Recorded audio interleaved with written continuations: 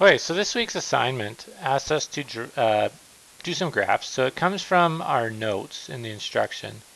And I guess by this week, I mean the week of May 4th. So if you're not done it yet and you're wondering how to do it, so there's pre-lab questions here.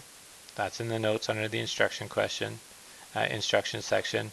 Then there's some analysis questions based on the different graphs that you're drawing. You can choose to draw them by hand. I did have some students do that, and that's totally okay.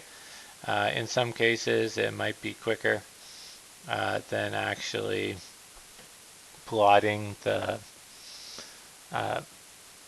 than actually learning how to use Google Sheets. But Google Sheets is super easy. So if I wanted to draw a bar graph of this first set of data, so each country and the total energy use, I just highlight it. So you go down a bit more. Oh, I don't want to copy. I just want to select all that stuff. So those two columns, and I go Insert, Chart. Now I want to have a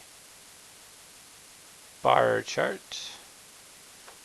So I can pop that in there, and then I have my countries and the total energy use. If I wanted to do it again for per capita energy use, so I'm just going to select the first column, Insert, Chart. So that has my x-axis, and I'm going to add a series. And I'm going to select this last column, hit OK, and then I have my chart. Here I have countries on the x-axis, not really. I don't really care where they are. We just want to be able to compare those charts. So really easy to draw bar charts. If you want to draw different types of charts, that's down here. So some of the other questions you're doing like line charts, then you would select the line chart there. Your data is listed.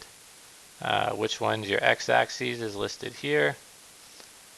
You can change it if you wanted. And then you could change that series if you wanted as well. But I just changed that. That's not the graph you want. But so using Google Sheets, again, if we want to do GDP, or even if we want to do calculations, we can plug those in and then draw the graphs that are required of us.